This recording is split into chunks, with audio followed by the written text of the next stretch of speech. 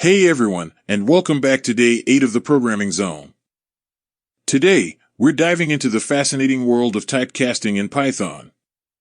You've probably heard the term before, but what exactly is it, and why is it important? Well, let's uncover the mysteries of typecasting and transform your programming skills to a whole new level. Why is typecasting important? In the world of data, different types of information have different roles. Numbers perform calculations, strings hold text, and booleans make decisions.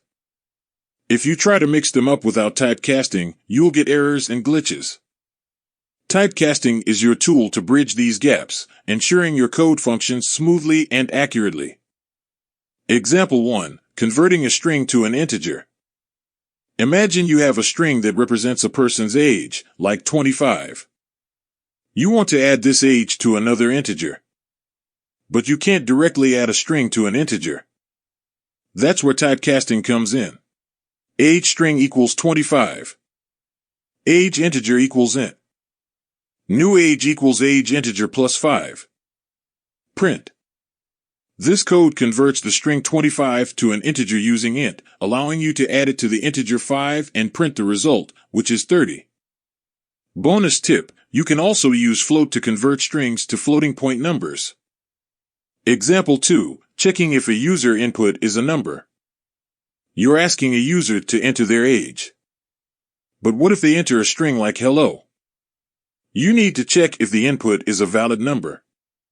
Typecasting helps you do that. User input equals input. Try. User age equals int. Print. Except value error. This code uses try except to handle different input types. If the user enters a number, it gets converted to an integer and printed. If they enter anything else, the except block handles the error and displays the message.